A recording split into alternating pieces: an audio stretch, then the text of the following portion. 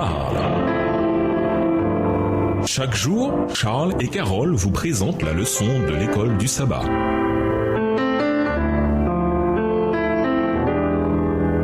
Bienvenue dans votre émission. Dieu nous parle. Nous voilà à la leçon de vendredi. Pour aller plus loin, nous vous invitons à lire dans le livre La tragédie des siècles, le chapitre La fin de la tragédie aux pages 586 à 601, livre écrit par Ellen G. White. Et pour ceux qui maîtrisent l'anglais, nous vous invitons à lire dans le livre Heaven, en français ciel, les chapitres The Earth Made New aux pages 133 à 145, Heaven is a School aux pages 146 à 158, It Will Not Belong aux pages 159 à 166, Heaven Can Begin Now aux pages 167 à 176, The Music of Heaven aux pages 177 à 184 et le chapitre A Call for Us to Be There aux pages 185 à 192, livre écrit par Ellen G. White. La croix de Jésus-Christ sera la science et le chant des rachetés pendant les siècles éternels. En Jésus-Christ glorifié, ils contempleront Jésus-Christ crucifié. Jamais ils n'oublieront que celui dont la puissance a créé et soutient les mondes innombrables de l'immensité, que le bien-aimé de Dieu, que la majesté du ciel,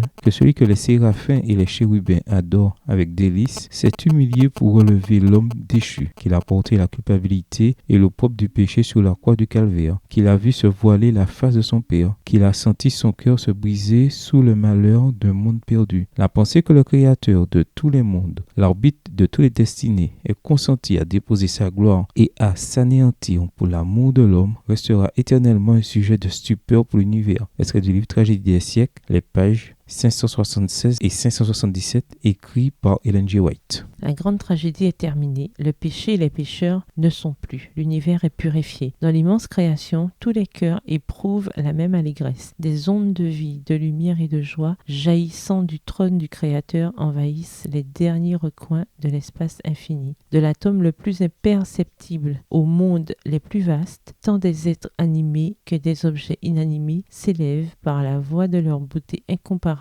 et de leur joie sans mélange. Un cantique d'allégresse proclamant que Dieu est amour. Texte tiré du livre La tragédie des siècles, à la page 678, livre écrit par Ellen G. White. À méditer, beaucoup de chrétiens sécularisés vivent comme si ce monde durerait éternellement. Luc 12 et versets 16 à 21. Comment pouvons-nous équilibrer nos idéaux terrestres avec nos priorités célestes? Comment pouvons-nous nous prémunir contre le comportement contre lequel Jésus nous a mis en garde dans Luc le chapitre 12? Si le ciel commence ici, que devons-nous faire pour transformer nos foyers et nos vies personnelles en petites expressions de principes célestes? Attardez-vous sur la question posée à la fin de la leçon de dimanche. Quelle est la logique derrière le pessimisme de ceux qui ne croient pas à la vie éternelle? Au même moment aussi, certains de ces gens semblent néanmoins mener une vie assez heureuse, même sans exprimer aucun espoir futur. Selon vous, comment arrivent-ils à faire cela? Autrement dit, comment peuvent-ils rationaliser la vie et même se contenter des choses sans savoir la promesse de quelque chose au-delà de cette vie? Au revoir. Et à demain si Dieu veut.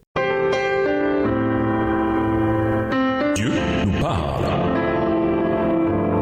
Chaque jour, Charles et Carole vous présentent la leçon de l'école du sabbat.